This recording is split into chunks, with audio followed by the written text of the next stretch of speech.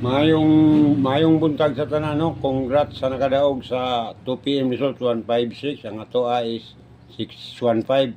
Pagka 5 PM po 360. Ang atoa ng 360 kay 306. So naka 2 hits ta mga paps. Congrats sa nakadaog ha. Dayon karon May 7 mo ni atong guide. Sa May 7 guide nato ni. Na guide 1, nadia guide 2.